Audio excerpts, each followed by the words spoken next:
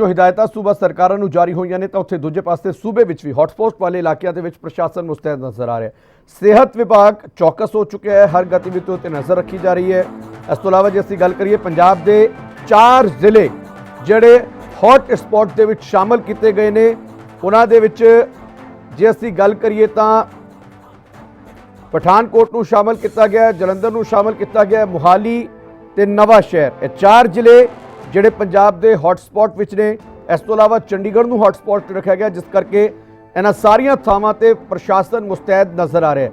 जलंधर की गल करिए, मोहाली की गल करिए, खास एहतियात वरते जा रहे हैं।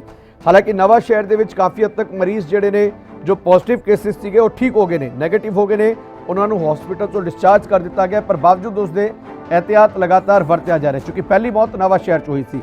और इस विचकार असीं यह भी दस दईए कि सेहत विभाग भी इस पूरे मामले को लैके चौकस हो गया।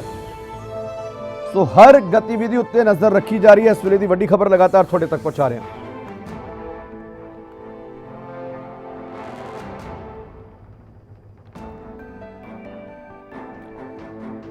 सो हॉटस्पॉट जिहड़े ने वो ऐलान दिते गए हैं पंजाब के 4 ਜ਼ਿਲ੍ਹੇ ते एक चंडीगढ़, 5 लोकेशनस जिहड़ियां असीं कह सकते हैं वो हॉटस्पॉट के विच हैगियां जो पूरे मुल्क के विच ऐलाने गए हैं। मोहाली तो जतिंदर सब्बरवाल साडे पत्रकार जुड़ चुके हैं, चंडीगढ़ तो राजेश चौहान साडे नाल जुड़ चुके हैं। जे गल करिए हॉटस्पॉट नूं लैके सब तो पहला जतिंदर, तो किस तरह के एहतियात जिहड़े प्रशासन वालों मोहाली दे विच नज़र आ रहे हैं?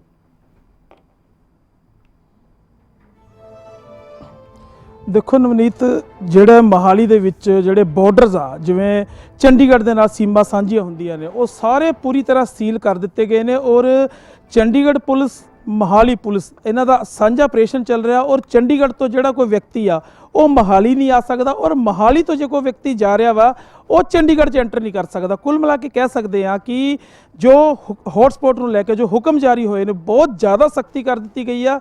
ਸਿਰਫ ਕਰਫਿਊ ਪਾਸ ਜਿਹੜੇ ਆ ਉਹਨਾਂ ਨੂੰ ਜਾਣ ਦੀ ਇਜਾਜ਼ਤ ਆ, ਜਾਂ ਸਿਰਫ ਜਿਹੜਾ ਕੋਈ ਬਹੁਤ ਜ਼ਿਆਦਾ ਮੈਡੀਕਲ ਸੀਰੀਅਸ ਆ, ਬਹੁਤ ਜ਼ਿਆਦਾ ਅਗਰ ਉਹ ਸੀਰੀਅਸ ਹੈਗਾ, ਉਹ ਹਸਪੀਟਲ ਜਾਣਾ ਚਾਹੁੰਦਾ ਵਾ ਇਲਾਜ ਲਈ, ਉਹ ਵੀ ਪੂਰੇ ਡਾਕੂਮੈਂਟ ਦੇਖ ਕੇ ਉਸ ਨੂੰ ਐਂਟਰੀ ਕਰਨ ਦਿੱਤੀ ਜਾ ਰਹੀ ਆ। ਔਰ ਹੁਣ ਇੱਕ ਨਵੇਂ ਨਿਯਮ ਜਿਹੜੇ ਆ ਉਹਨਾਂ ਦੇ ਅਕੋਰਡਿੰਗਲੀ ਜਿਹੜੇ ਜਾਰੀ ਕੀਤੇ ਨੇ ਕਿ ਅਗਰ ਕੋਈ ਸੜਕ ਦੇ ਉੱਤੇ ਬੇਮਤਲਬ ਵਿਦਾਊਟ ਕਰਫਿਊ ਪਾਸ ਘੁੰਮਦਾ ਪਾਇਆ ਗਿਆ, ਉਸ ਨੂੰ ਕੋਈ ਵਾਰਨਿੰਗ ਨਹੀਂ ਦਿੱਤੀ ਜਾਊਗੀ, ਉਹਨੂੰ ਸਿੱਧਾ ਚੱਕ ਕੇ ਹਵਾਲਾਤ ਦੇ ਅੰਦਰ ਬੰਦ ਕੀਤਾ ਜਾਊਗਾ। ਔਰ ਫੇਸ 9 ਦਾ ਜਿਹੜਾ ਸਟੇਡੀਅਮ ਨਵਨੀਤ ਜੀ, ਉਹਨੂੰ ਜੇਲ੍ਹ ਬਣਾ ਦਿੱਤਾ ਗਿਆ ਆਰਜੀ। ਉਸ ਤੇ 188 ਦੀ ਧਾਰਾ ਲਾ ਕੇ ਕਾਰਵਾਈ ਕਰਨ ਦੇ ਜਿਹੜੇ ਆ ਉਹ ਸਖਤ ਨਿਰਦੇਸ਼ ਜਿਹੜੇ ਆ ਉਹ ਦਿੱਤੇ ਗਏ ਨੇ ਜੀ ਨਵਨੀਤ।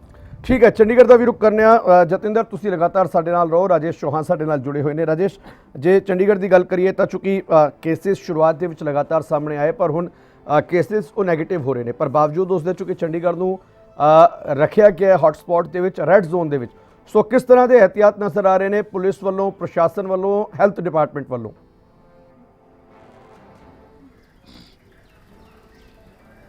जी देखिए, बिल्कुल चंडीगढ़ को जिस तरह से हॉटस्पॉट माना गया है, घोषित कर दिया गया है, उसके बाद जो सख्ती है वो ज़्यादा बढ़ा दी गई है। बाकायदा चंडीगढ़ में पिछले 2 दिन की अपेक्षा अब यदि हम बात करें तो वाहनों की आवाजाही काफ़ी कम हो गई है, और जो यातायात विभाग है उसने काफ़ी सख्ती कर दी है। 3,500 वाहन जो हैं लगभग इम्पाउंड कर दिए गए हैं, और अब जगह जगह अनाउंसमेंट भी की जा रही है। और जो साथ लगते इलाके हैं, पंचकूला हो, मोहाली हो, इन सब से आने वाले जो वाहन हैं उनको रोका जा रहा है। बाकायदा जिनके पास एसेंशियल सर्विसेज के पास है उन्हीं को आने दिया जा रहा है, क्योंकि चंडीगढ़ एक छोटा इलाका है। इसके बावजूद भी यहाँ पे बेशक कुछ मरीज नेगेटिव हुए हों, लेकिन जो क्षेत्रफल और जनसंख्या है उसके लिहाज से जो संख्या है वो ज़्यादा मानी गई, और इसी हिसाब से उसको जो है वो रेड जोन में ले जाया गया है। और इससे इन तमाम एहतियात के चलते हुए चंडीगढ़ में अब 2 दिन से एक असर दिखाई दिया है कि जो लोगों के बाहर निकलने की जो तादाद थी वो घटी है, और जो रियायत निर्धारित की गई है 11 से 3 बजे की,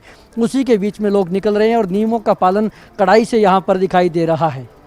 लेकिन एक सवाल राजेश है भी है कि जिथे एक पासे नियमां की पालना की जा रही है, तो उन्होंने वायलेशन जो रूल्स की हैगी वो भी लगातार हो रही है। कई थावां ते असीं वेखिया चंडीगढ़ प्रशासन वालों भी कहा गया कि जो VIP सैर कर रहे हैं उन्हों की भी जल्दी लिस्ट जारी की जाएगी, यानी कि लगता है कि आने वाले दिनों होर सख्ती या होर स्ट्रिक्टनेस जी है चंडीगढ़ के नज़र आएगी।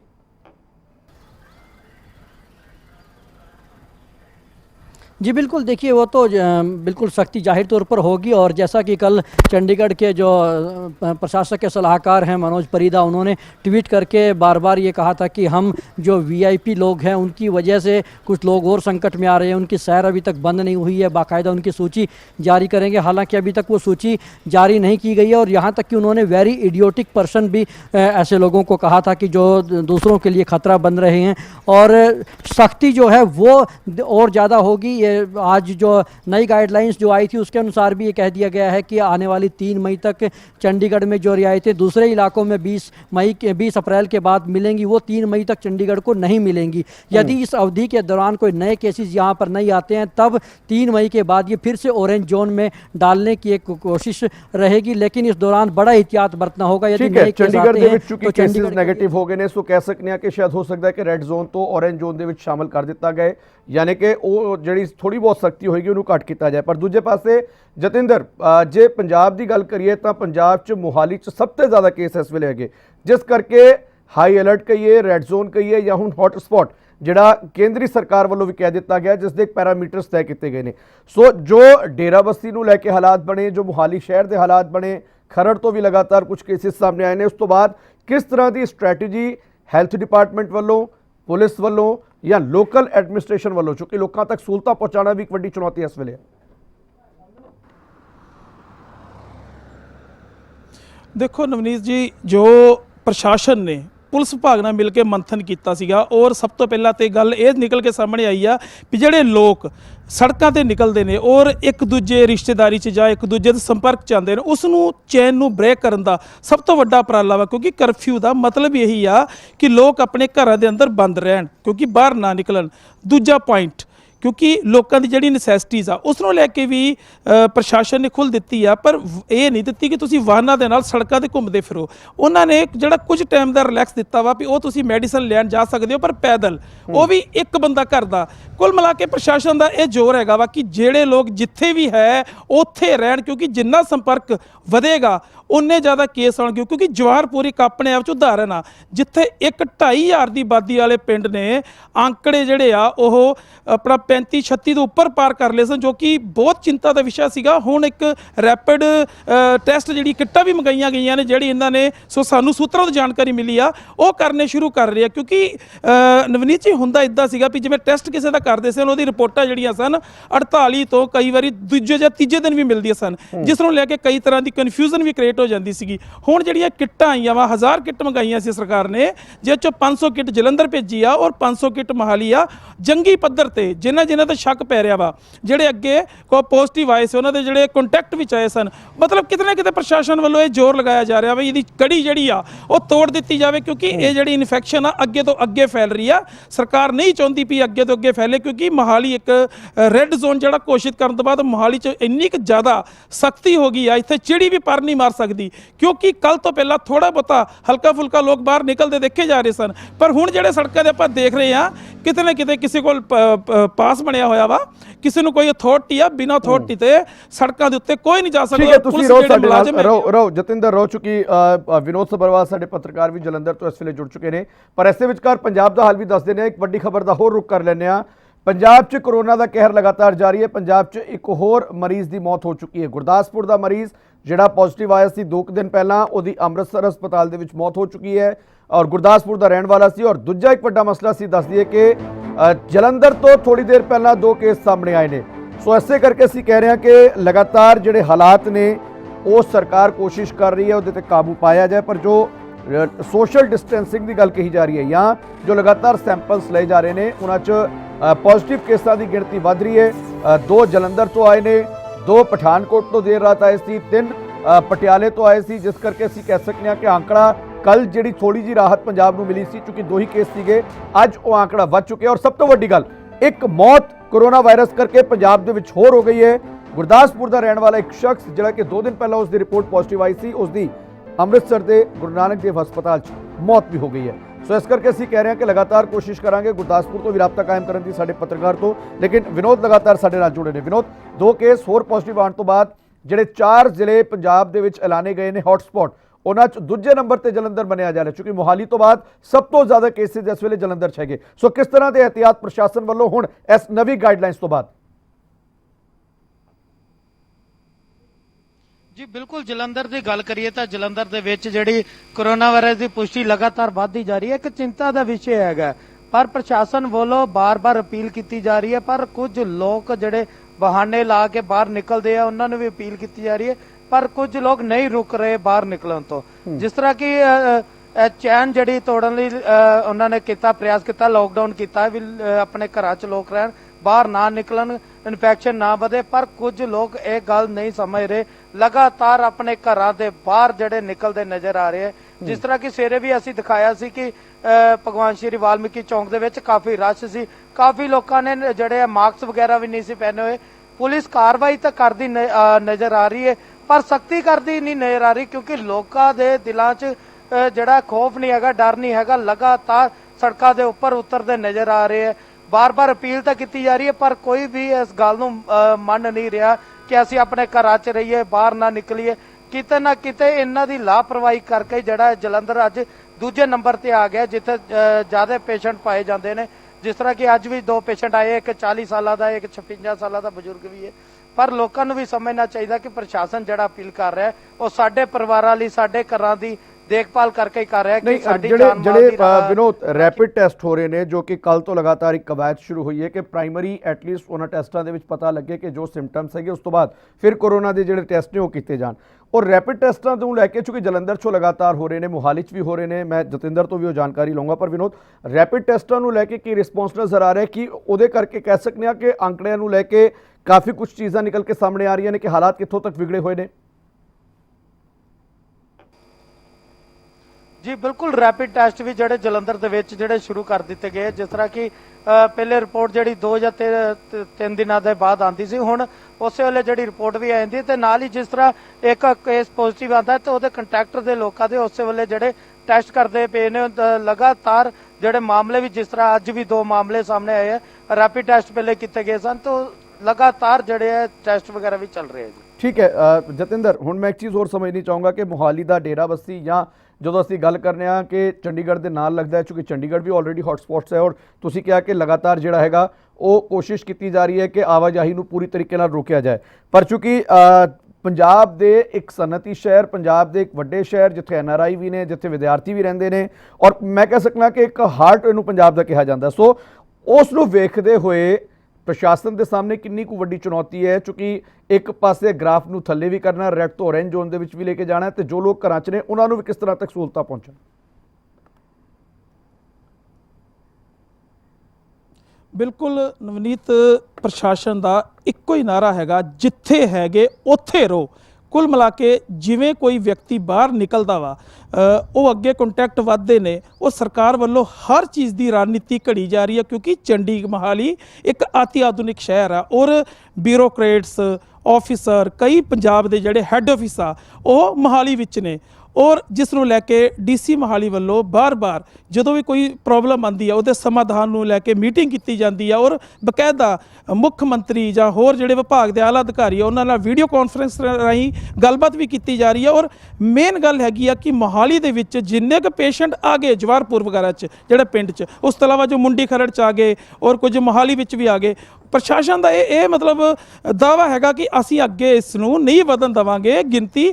ਔਰ ਜਿਹੜੇ ਮਰੀਜ਼ ਠੀਕ ਹੋ ਕੇ ਵੀ ਆਏ ਨੇ, ਉਹ ਪ੍ਰਸ਼ਾਸਨ ਦਾ ਪੂਰੀ ਤਰ੍ਹਾਂ ਬਾਜ ਵਰਗੀ ਅੱਖ ਆ ਵੀ ਜਿਹੜਾ ਕੋਈ ਬੰਦਾ ਵਿਅਕਤੀ ਪਿੰਡਾਂ ਵਿੱਚ ਜਾਂ ਇਲਾਕਿਆਂ ਵਿੱਚ ਅਗਰ ਕੋਈ ਜਾਂਦਾ ਵਾ, ਜਾਂ ਕੋਈ ਨੌਕਰਾਨੀ ਵਗੈਰਾ ਜਾਂ ਇੰਪਲਾਈ ਵਗੈਰਾ ਕੋਈ ਪੋਜ਼ਿਟਿਵ ਪਾਇਆ ਗਿਆ, ਅੱਗੇ ਉਹਨਾਂ ਦੇ ਕੰਟੈਕਟ ਆ, ਉਹਨਾਂ ਤੇ ਪੂਰੀ ਨਜ਼ਰ ਰੱਖੀ ਜਾ ਰਹੀ ਹੈ। ਔਰ ਹੁਣ ਵੀ ਆਪਾਂ ਕਿਸੇ ਅਧਿਕਾਰੀ ਨਾਲ ਗੱਲ ਕੀਤੀ, ਉਹਨਾਂ ਦਾ ਇਹੀ ਕਹਿਣਾ ਵਾ ਵੀ ਜਿਹੜਾ ਕੋਈ ਵਿਅਕਤੀ ਦੇ ਅੱਗੇ ਕੰਟੈਕਟ 'ਚ ਆਏ ਆ, ਅਸੀਂ ਸਾਰਿਆਂ ਨੂੰ ਕੁਆਰੰਟਾਈਨ ਕਰਨ ਤੋਂ ਬਾਅਦ ਜੋ ਸਿੰਪਟਮਸ ਦਿਖਦੇ ਆ ਉਹਨਾਂ ਦੇ ਟੈਸਟ ਕਰਨ ਦੀ ਕੋਸ਼ਿਸ਼ ਕਰਦੇ, ਕਿਉਂਕਿ ਮੋਹਾਲੀ ਕੋਈ ਛੋਟਾ ਜ਼ਿਲ੍ਹਾ ਨਹੀਂ ਹੈਗਾ।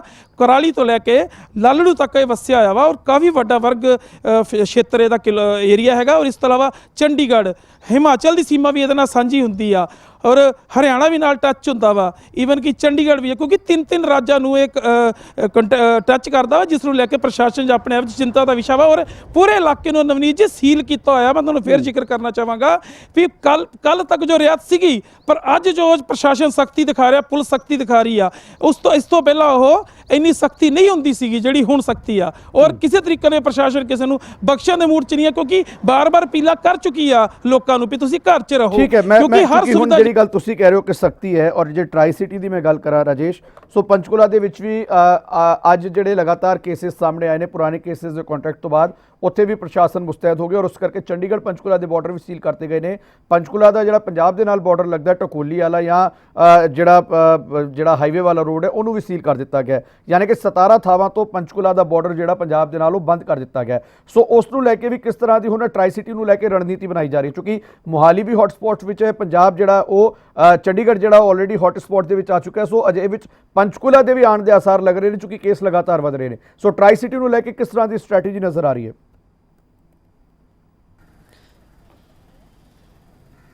जी बिल्कुल, देखिए जिस तरह से पंचकूला में आज एकदम से केसों की संख्या ज़्यादा बढ़ गई है तो वो अपने आप में चिंता का एक विषय है, और ज़्यादा चिंता इसलिए भी है क्योंकि चंडीगढ़ मोहाली और पंचकूला दोनों से घिरा हुआ है। दोनों तरफ केसों की इतनी ज़्यादा संख्या जो बढ़ गई है उससे चंडीगढ़ के लिए लाजमी एक चिंता है। इसीलिए चंडीगढ़ पुलिस काफ़ी एहतियात बरत रही है। पहले भी नाकेबंदी की गई थी चंडीगढ़ की सीमाओं की, लेकिन अब ज़्यादा सख्ती बरती जा रही है। सभी वाहनों को नहीं आने दिया जा रहा है, जो लगता है कि ज़्यादा एसेंशियल है वही वाहन आते हैं। और बाकायदा पंचकूला में तो एक जो सेक्टर है वहाँ पर 15 सेक्टर, वहाँ काफ़ी लोगों के जो पास जो बने हुए थे वो भी रद्द कर दिए गए हैं। तो उन ऐसे कुल मिलाकर के प्रयास यही है प्रशासन का, चाहे वो हरियाणा का हो चंडीगढ़ का हो, तो ट्राई सिटी में कम से कम लोगों को प्रवेश करने दिया जाए, क्योंकि हर एक व्यक्ति जो भी पास वाला है उसको भी शायद अब आगे आने वाले समय में नहीं आने दिया जाएगा, क्योंकि काफ़ी सारे पास रद्द हो चुके हैं और आगे आने वाले समय में भी ये कार्रवाई बढ़ सकती है यदि इसी तरह से मरीजों की संख्या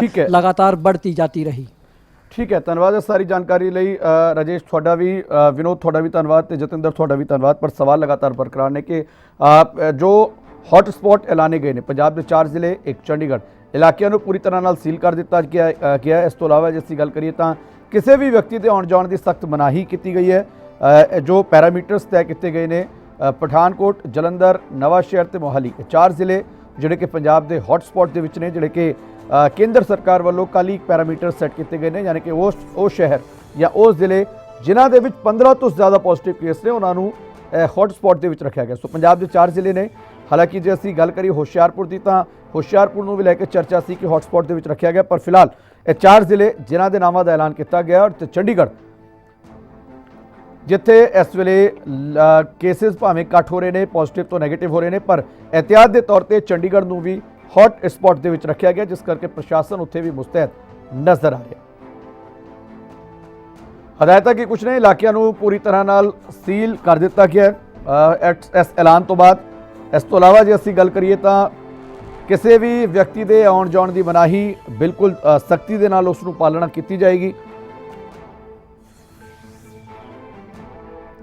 जनतक थावां उत्ते थुकण की सख्त मनाही होएगी।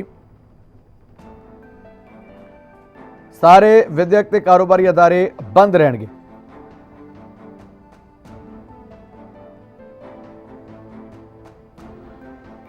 सो हॉट स्पॉट वाले इलाकों को लगातार वार-वार सैनिटाइज भी किया जाएगा। जिहड़े कि इलाके हॉट स्पॉट दे विच ने उन्हां नूं सैनिटाइज लगातार किया जाएगा। लोगों की सेहत के विभाग की कड़ी नज़र होएगी।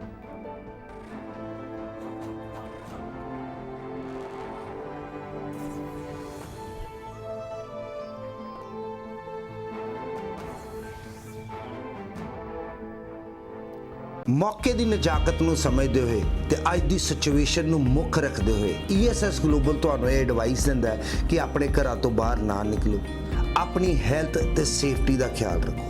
सिर्फ जिहड़े बहुत जरूरी काम है उन्हां वास्ते ही घरों बाहर निकलो। इत्थे ही क्वेश्चन खड़ा हुंदा है कि मेरा बाहर जाण दा सुपना बिना घरों बाहर निकले किद्दां पूरा होएगा। तुहाडे सारे सपनिਆਂ ਨੂੰ मुख रखदे ESS ग्लोबल लेके आया ऑनलाइन प्लेटफॉर्म। लॉगिन करो ESSglobal.com। ऑनलाइन काउंसलिंग घरे बैठे पूरे परिवार नाल लो, घरे बैठ के सितंबर 2020 इनटेक वास्ते हुणे लॉगिन करो ESSglobal.com एंड अपनी काउंसलिंग दी ऑनलाइन काउंसलिंग दी अपॉइंटमेंट बुक करो।